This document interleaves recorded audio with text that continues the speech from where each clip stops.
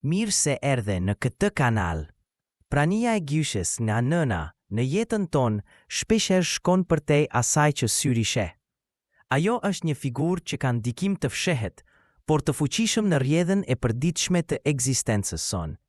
Në heshtje, ajo ka ndikuar me fatin tonë, që nga momentet para lindjes e deri të vendimet më të rëndësishme që kemi marrë në jetë.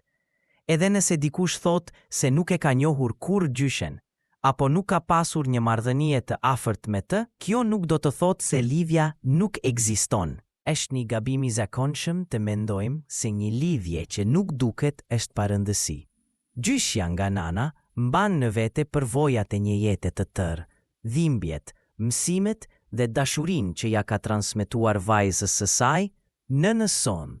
Ajo ishte aty në fillim të gjithkaje, në momentin e ngjizjes, gjatë 9 muajve të shtatëzinisë dhe në lindje, duke formuar një lidhje të padukshme që vazhdon të ndikoje brez pas brezi. Kufill i trashëgimisë shpirtërore mbetet i fortë edhe kur ne nuk jemi të vetëdijshëm për të. Prandaj, sot të ftoj të thellohesh në kuptimin e kësaj lidhjeje. Nuk është vetëm një ftesë për të reflektuar, por edhe një mundësi për të zbuluar çelësat e disa mistereve të jetës tënde. A ka ndodhur ndonjëherë që ti pyesësh vetes, pse disa gjëra përsëriten në jetën tënde, pse disa gjëra nuk ndryshojnë? Nëse po, atëherë përgjigjet mund të fshihen në rrënjët që të lidhin me gjyshen tënde nga nëna. Kur e kuptojmë këtë trashëgimi shpirtërore, fillojmë të shohim jetën me sy më të thellë. Marrim mësime jo vetëm nga përvoja jonë, por edhe nga ato që kanë ardhur përpara nesh. Gabimet dhe fitoret e brezave të mëparshëm bëhen udhërëfyesit tanë për një të ardhme më të vetëdijshme. Dhe gjyshja, ajo që shumë e shohin vetëm si një figurë familjare, është në të vërtet një pikë lidhjeje e fuqishme ndërmjet së kaluarës dhe së ardhme sonë. Por ndikimi i saj nuk ndalet vetëm në nivelin emocional apo shpirtëror. Ai manifestohet në mënyrën si marrim vendime, si përballemi me sfidat dhe si ndërtojmë marrëdhëniet tona. Shpeshherë, mënyra se si reagojmë në situata të vështira buron nga një brez në tjetrin, pa u vënë re, por me ndikim të thellë në jetën tonë të përditshme. Ndonjëherë, një ender e çuditshme, një ndjenje e papritur, apo një kujtim që rikthehet pa arsye të qartë, është mënyra e shpirtit të saj për të komunikuar me ne. Ajo nuk flet me fjalë, por me simbole, ndjesi dhe shenja që kërkojnë vëmendje të thellë. Nëse i kushtojmë rëndësi këtyre sinjaleve të vogla, mund të kuptojmë se gjyshja jon nga nëna ndonjëherë një ender e çuditshme, një ndjenje e papritur, apo një kujtim që rikthehet pa arsye të qartë, është mënyra e shpirtit të saj për të komunikuar me ne.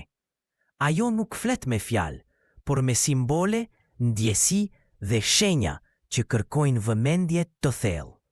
Nëse i kushtojmë rëndësi këtyre sinjaleve të vogla, mund të kuptojmë se gjyshja jon nga nëna nuk është kur larg. Ajo është ende një pjesë e gjallë e qenies sonë. Është e rëndësishme të ndalemi për një moment dhe të mendojmë për rrënjët tona.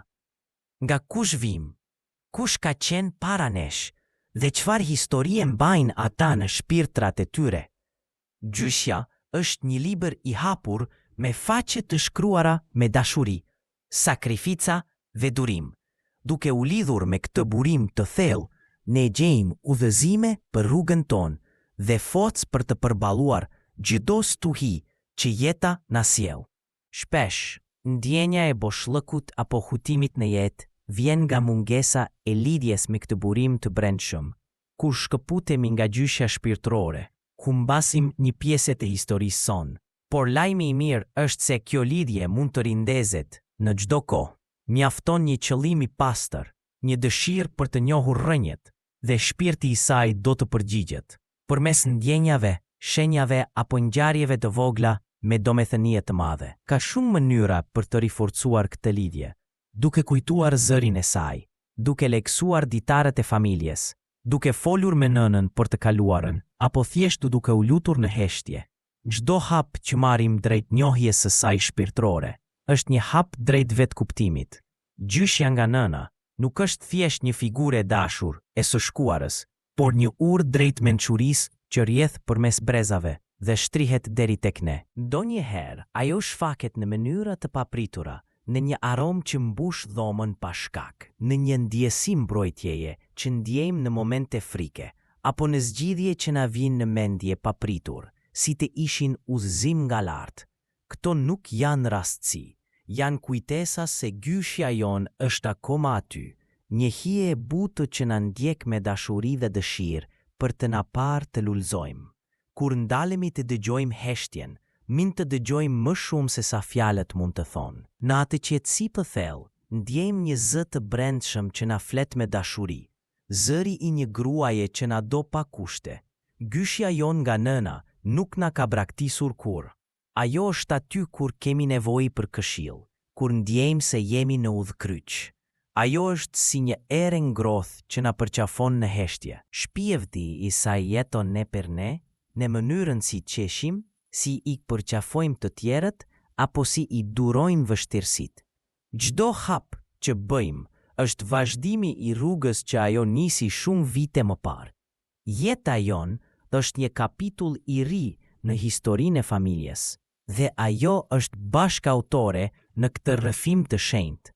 Sa më shumë e nderojmë praninë e saj, aq më shumë ndriçojmë rrugën tonë me dritën e trashëgimisë shpirtërore. Ka forca të padukshme që veprojnë çdo ditë përreth nesh, dhe një nga më të fuqishmet është dashuria e një gjyshe që na ka dashur para se të lindim. Ajo ka ndëruar për ne, është lutur për ne dhe ka dervur lot që ne të kemi jetë më të mirë.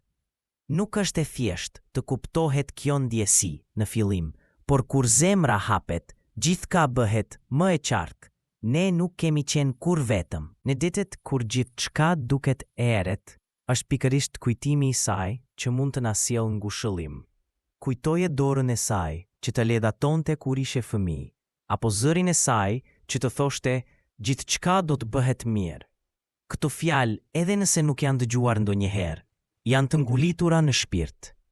Ajo ka qenë një burim i paepur dashurie, dhe kjo dashuri vazhdon të ushqeje shpirtin ton çdo ditë.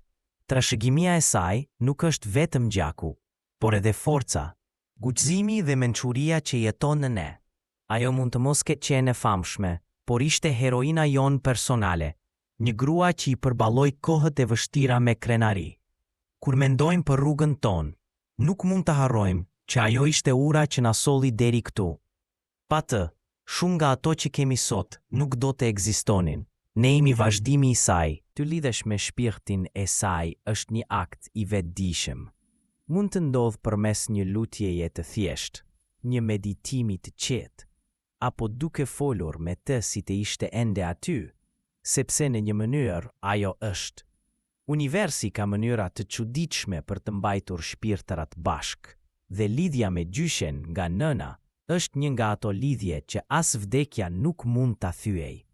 Ajo është pjesë e çdo hatjeje të re në jetën tonë.